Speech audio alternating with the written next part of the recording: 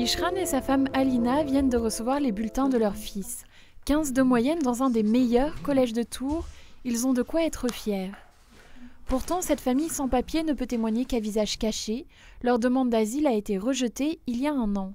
C'est qu'il y a 4 ans, Ishran, Alina et leurs 2 enfants ont dû quitter précipitamment l'Arménie pour des raisons politiques.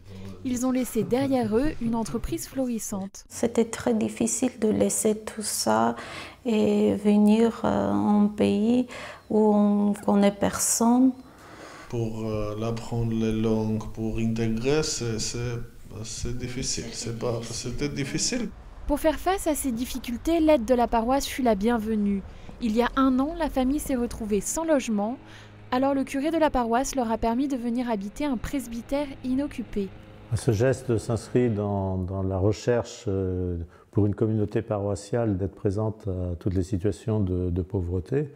Donc celle-ci en était une forme. Pour nous, c'est important que nous puissions être situés par rapport à tous ces courants qui traversent la vie de notre société et au cœur de laquelle nous sommes appelés à faire Église.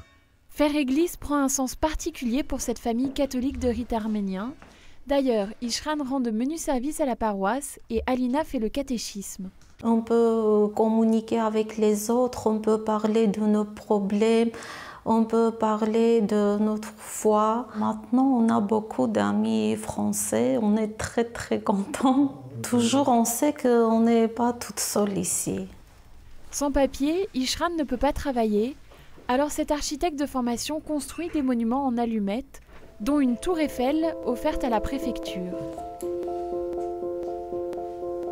L'Église, elle a le devoir d'accueillir, elle a le devoir de se préoccuper des migrants dans sa réalité de communauté de foi, de communauté de foi incarnée dans un lieu. Notre engagement en relation et vis-à-vis des migrants, elle a son fondement dans une doctrine sociale de l'Église qui vient de loin. Je voudrais seulement rappeler quelques éléments fondateurs de cette doctrine. Tout d'abord, nous avons une phrase, une parole du pape Paul VI, qu'à la fin du Concile Vatican II, il rappelait que dans l'Église, nul n'est étranger, nul n'est lointain. L'Église est la maison de tous. L'Église ne connaît pas frontières. Et sur les frontières, le pape François, il vient de raccrocher aussi sa pensée, son enseignement par rapport à la doctrine de l'Église pour les migrants. Et le pape François nous rappelle d'être le pasteur d'une Église sans frontières, d'une Église ouverte, d'une Église qui est capable de salir ses mains à côté de l'humanité. La préoccupation de l'Église avec les migrants, elle a toujours plusieurs dimensions. Nous voulons mettre en évidence surtout les 2 dimensions fondamentales de l'être humain, sa partie matérielle et sa partie spirituelle.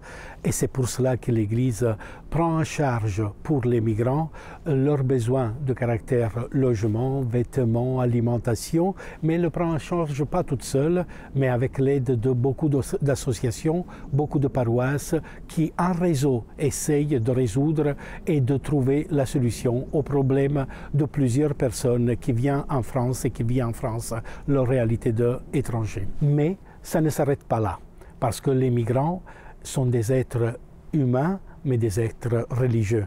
Les migrants veulent prier, les migrants veulent se rencontrer pour prier dans leur langue. Rappelons-nous toujours, on rêve et on prie dans sa langue maternelle. L'Église est le lieu ouvert qui accueille les différentes communautés catholiques de la migration à se retrouver pour prier, pour célébrer, pour vivre les sacrements, pour fêter ensemble la foi et une foi incarnée, une foi donc qui prend en compte toutes les dimensions de l'existence humaine.